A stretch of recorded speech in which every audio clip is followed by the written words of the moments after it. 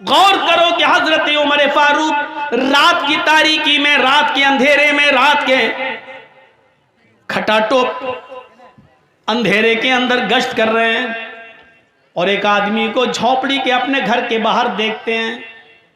वो मुसलमान नहीं था, लेकिन मानवता देखिए आप, इंसानियत देखिए आप।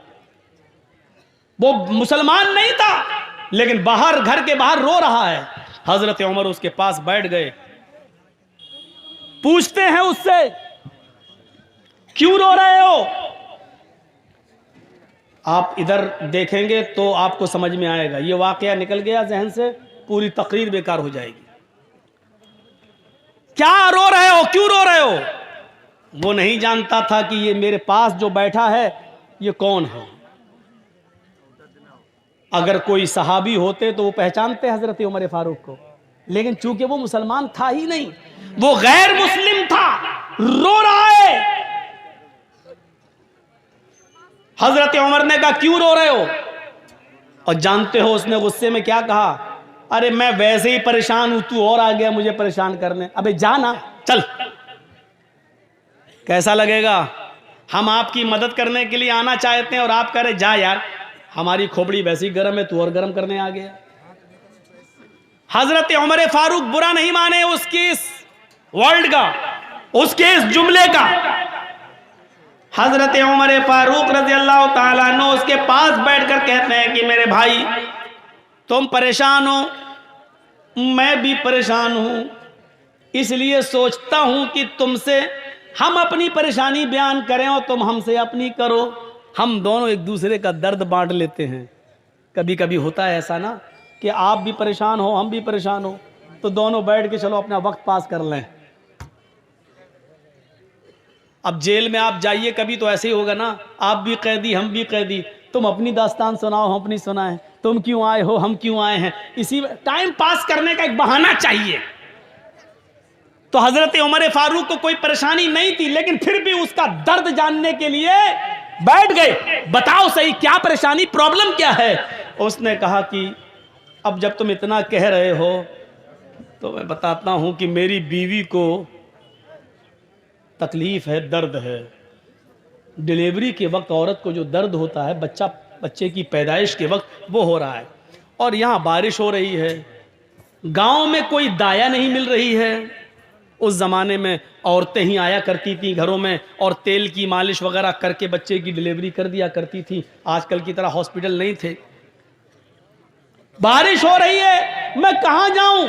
मेरी बीवी को दर्द हो रहा है, बच्चे की डिलीवरी का दर्द है, मैं परेशान हूं कि मैं कहाँ जाऊं, गांव में कोई दाया नहीं मिल रही है। हजरत उमर ने कहा, बस इतनी सी बात है? इंसानियत देखिए। कह रुको आता हूं, यह काम तो मेरी बीवी करना जानती है। उसको नहीं मालूम कि ये कौन है। हजरत उमर अपने घर गए और अपनी बीवी को उठाया। बीवी कहती, इतनी रात में आप मुझे उठा रहे हैं, न सोते हैं न सोने देते हैं। कहा, बीवी आज एक नेक काम है, क्या सवाब नहीं कमाओगी? उफ़ो, गैर मुस्लिम की खिदमत करने को सवाब। बीवी ने कहा, अगर सवाब की बात है तो बताइए क्या है?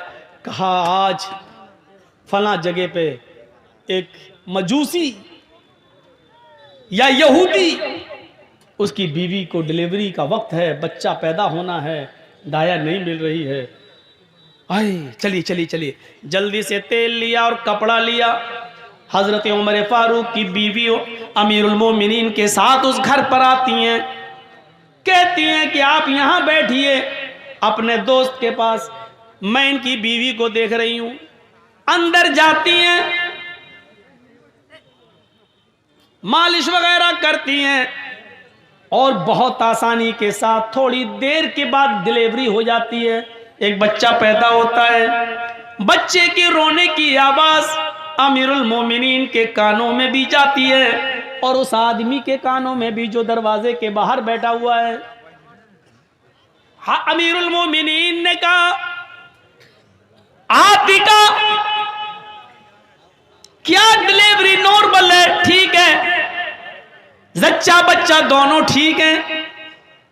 अंदर से आवाज आती है, जी दोनों ठीक हैं। अमीरुल मोमिनीन, अपने दोस्त से कहिए कि ऊपर वाले ने तुम्हें लड़के की नेमत से नवाजा है, तुम्हें लड़का हुआ है।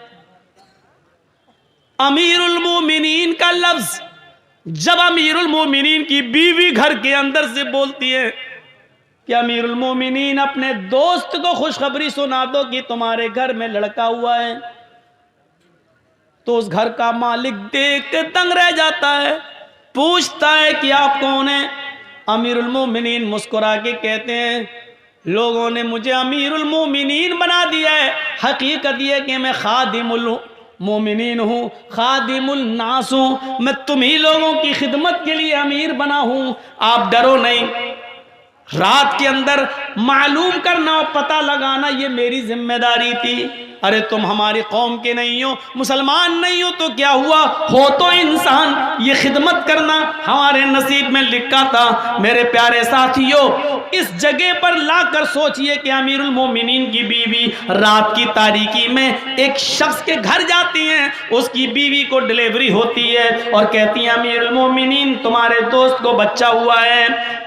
इस जगह पर रख कर देखिए कि इस्लाम हमसे क्या चाहता है, इस्लाम किस चीज का नाम है, इस्लाम कौन सा मुतालबा कर रहा है हमसे, इस्लाम क्या चाहता है हमसे। इंसानियत की इस महराज का नाम इस्लाम है। हम क्या करेंगे?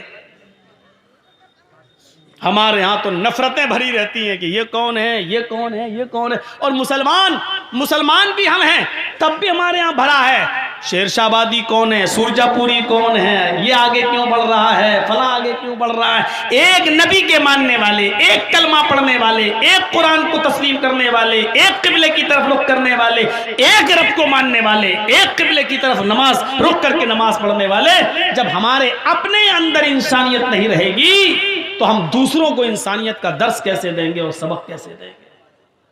ईश्वर हमें मां के पेट में भी जिंदा रखता है जहां हवा नहीं पहुंचती,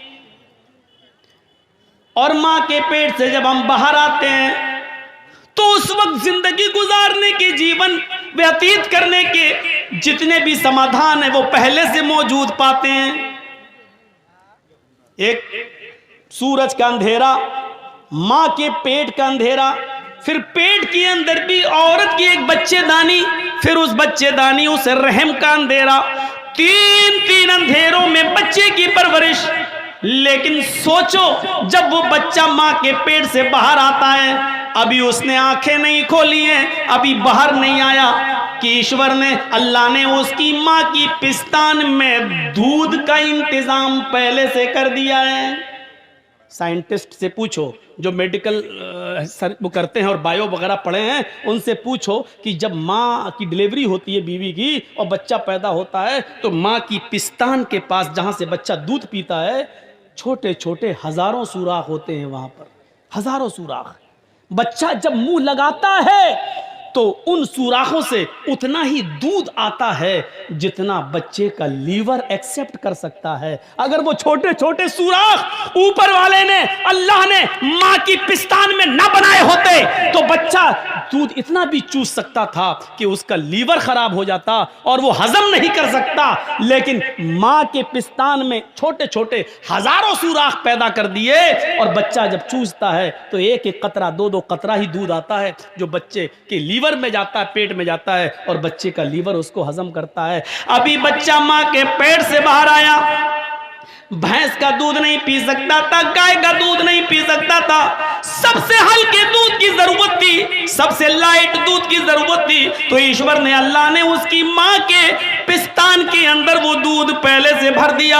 और ये ऊपर वाला ये नहीं देखता है ये मुसलमान का बच्चा है या हिंदू का है, सिख का है या ईसाई का है, जैनी का है, क्रिश्चियन का है, किसका है, सबके साथ उसने ये मामला रखा है। फिर जैसे जैसे बच्चा बढ़ता जाता है वैसे वैसे उसको समाधान मिलते जाते हैं। हम सूरज के मोहताज हैं लेकिन सूरज हमारा जर्रा बराबर मोहताज नहीं है। हाँ, गवर्नमेंट बिजली देती है तो रीडिंग की शक्ल में टैक्स लेती है, इतने यूनिट तुमने बिजली खर्च की है। गवर्नमेंट की दी हुई बिजली से जो हम पंखे और एसी चलाते हैं तो उस पर टैक्स देते हैं कि हमने इतना यूनिट खर्च किया है, हवा इतनी इस्तेमाल की है। हम जो लाइट जलाते हैं उसका टैक्स देते हैं, जो पंखे और एसी की हवा लेते हैं उसका टैक्स देते हैं। हम गवर्नमेंट के पानी से अपने खेतों में पानी देते हैं तो पानी का टैक्स देते हैं। लेकिन ऊपर वाले ने हमसे कोई टैक्स नहीं मांगा।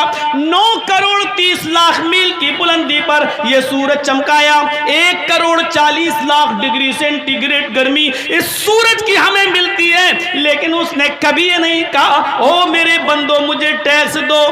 उसने हमें हवा दी है, उसने कभी नहीं कहा मेरे बंदो मुझे टैक्स दो। उसने हमें और आपको बारिश दी है, बारिश आसमान से पानी हमें दिया, हमारे खेतों को पानी दिया है, लेकिन आज तक उसने टैक्स नहीं मांगा। इन तमाम चीजों के बदले में उसने मांगा तो ये मांगा ओ मेरे बंदो दिया मैंने तो शुक्र भी मेरा अदा कर, दिया मैंने तो मेरी गा हमद तारीफ प्रशंसा मेरी कर। बस इन तमाम चीजों के बदले में तू अपना माथा मेरे सामने झुका दे, मेरे घर में चला जा, अपनी पेशानी मेरे सामने रख दे, ताकि मुझे यकीन हो जाए कि मेरे बंदे ने मुझे अपना मालिक और अपने आप को मेरा बंदा बना लिया। वमा खलक़तुल जिन्ना वल इंसा इल्ला लियअबुदून,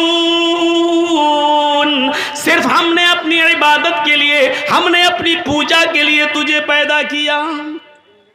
इतना सा भी हम नहीं कर सकते। मानवता और इंसानियत सीखिए कि क्या है। न्याय की बात हो तो मानवता देखिए, खिलाने पिलाने की बात हो तो मानवता देखिए। इस्लाम के हर कानून को हमें फॉलो करना है। इतना याद रखिएगा, चाहे वो हमारी समझ में आए या ना आए, मानवता सबसे बड़ी सबसे बड़ा धर्म है। इंसानियत सबसे बड़ा धर्म है। एक यहूदी का जनाजा आ रहा था और अल्लाह के रसूल खड़े हो जाते हैं। आपके अनुयायी, आपके मानने वाले, आपके सहाबा कहते हैं अल्लाह के नबी भाई मोहम्मद सल्लल्लाहु अलैहि वसल्लम यहूदी के जनाजे को देखकर आप खड़े हो गए, मरने वाला तो यहूदी था। तो अल्लाह के नबी ने क्या कहा, पढ़िए बुखारी शरीफ की हदीस चैप्टर देखिए। अल्लाह के नबी ने कहा मरने वाला यहूदी था तो क्या हुआ, इंसान तो था, मनुष्य तो था, क्या हम उसके गम में शरीक ना हो? क्या हम उसके गम में शरीक ना हो? क्या हम उसके गम में ना जाएं?